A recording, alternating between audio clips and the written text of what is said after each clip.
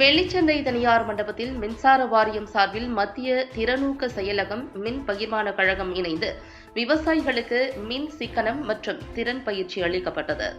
தருமபுரி மாவட்டம் பாலக்கோடு அடுத்துள்ள வெள்ளிச்சந்தை தனியார் மண்டபத்தில் மின்சார வாரியம் சார்பில் மத்திய திறனூக்க செயலகம் மற்றும் மின் பகிர்மான கழகம் இணைந்து விவசாயிகளுக்கு மின் சிக்கனம் மற்றும் மின் திறன் குறித்த விழிப்புணர்வு பயிற்சி வெள்ளிச்சந்தை மின்வாரிய செயற்பொறியாளர் வனிதா தலைமையில் நடைபெற்றது.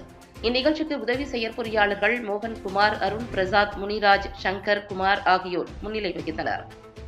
நிகழ்ச்சியில் தருமபுரி மாவட்ட மின் பகிர்மான கழக மேற்பார்வை பொறியாளர் சுமதி கலந்து கொண்டு பேசுகையில், பொதுமக்களும் விவசாயிகளும் மின்சாரத்தை சேமிக்கும் வகையில் வீடுகளில் CFL LED பல்புகளை பயன்படுத்த வேண்டும்.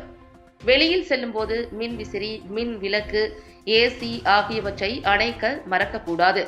நட்சத்திர குறியீடு, ISI முத்திரையிட்ட மின் சாதனங்களை உபயோகிப்பதால் மின்சார பயன்பாடு குறையும். சூரிய சக்தியை பயன்படுத்தி மின்சாரத்தை சேமிக்கலாம் என தெரிவித்தார்.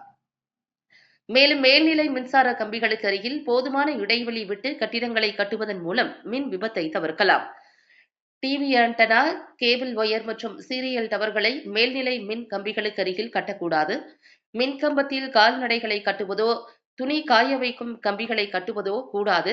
மழைக்காலங்களில் மின்மாற்றி, மின் கம்பங்கள் அருகில் செல்வதும், ஈரமான கைகளால் சுவிட்சுகளை தொடுவதும் கூடாது என்பன போன்ற பாதுகாப்பு விழிப்புணர்வுகளை ஏற்படுத்தியதுடன் விவசாயிகளிடம் கருத்துக்களை கேட்டறிந்தார்.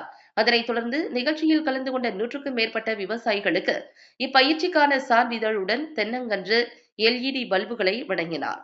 இந்த விழிப்புணர்வு பயிற்சி முகாமில் பாலக்கோடு, வெள்ளிச்சந்தை, மாரண்டஹள்ளி, காரிமங்கலம், பாப்பாரப்பட்டி ஆகிய சுற்றுவட்டார பகுதிகளைச் சேர்ந்த பொதுமக்கள், விவசாயிகள், மின்வாரிய உதவி பொறியாளர்கள் அருணகிரி, சேகர், விஜயகுமார், சிபி சக்கரவர்த்தி, ரமேஷ், மாதேஷ், வெங்கடேஷ், திவாகர், சத்யா மற்றும் பணியாளர்கள் என திரளானோர் கலந்து கொண்டனர்.